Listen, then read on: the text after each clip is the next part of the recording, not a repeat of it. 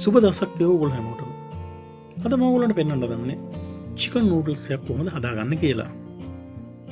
අපි මුලින්ම බලමු මේකට අවශ්‍ය කරන දේවල්. අද මම මේ නූඩල් එක හදාගන්න ලෑස්ති කරන් තියෙනවා. තඹගත්තු නූඩල්ස් ග්‍රෑම් 150.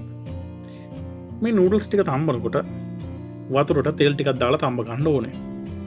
එතකොට මේක මේ ඇලෙන ගතිය නැති වෙනවා. ඊට අමතරව අවශ්‍ය වෙනවා හීනට කපාගත්තු ලීක්ස් ටික, කැරට් සහ ගෝවා, සුදුරුණු බිත් 3ක් විතර දලාගෙන අවශ්‍ය වෙනවා. ඔයිස්ටර් සෝස් මේසෙන්දී එකක් දෙකක් වගේ ප්‍රමාණය, සෝයා සෝස් මේසෙන් දෙකක් විතර.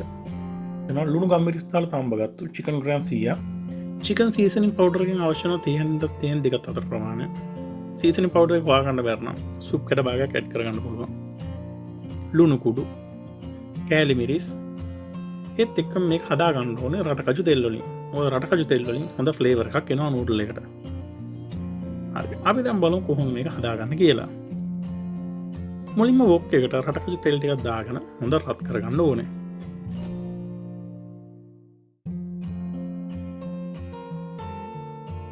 තෙල් ටික රත් වුණාට පස්සේ ගින්දර හොඳට වැඩි කරගෙන මේ මස් කෑලි ටික හොඳට බැද ගන්න ඕනේ.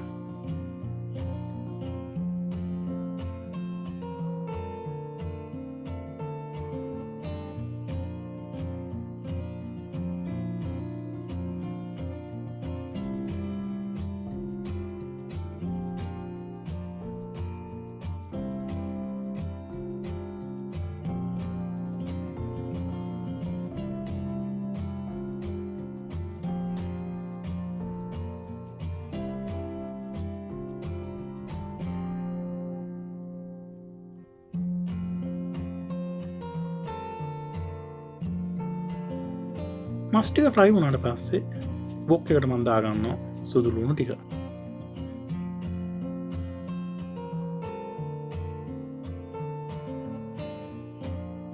මේ සුදු ලුණු ටිකත් පොඩ්ඩක් ෆ්‍රයි වුණාට පස්සේ ඒකටම දාගන්නවා නූඩල්ස් ටික. දැන් ලිපේ ගින්දර වැඩි කරගෙන මේ නූඩල්ස් ටික කලවම් කරගන්න ඕනේ.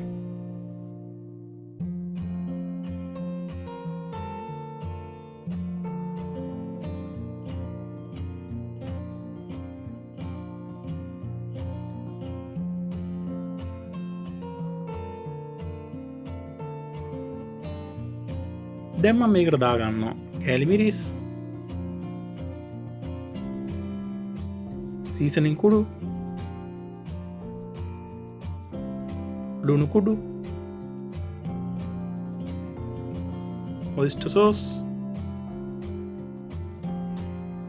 සහ සෝයා සෝස්.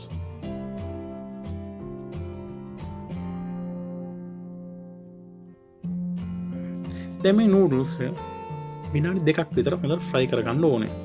ඒකයි මම කිව්වේ ගින්දර උඩරිම දාගන්න ඕනේ. එතකොට මේ නූඩල් එක හොඳට ෆ්‍රයි වෙලා එනවා.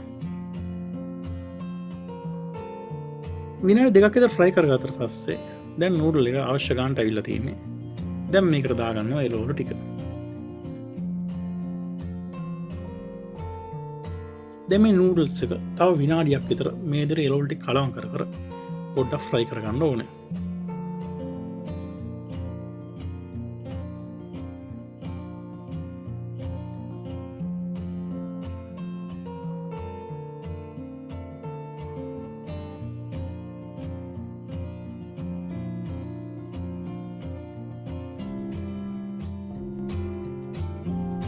දැන් නූඩල් එක අවශ්‍ය ගන්න ෆ්‍රයි වෙලා තියෙන්නේ.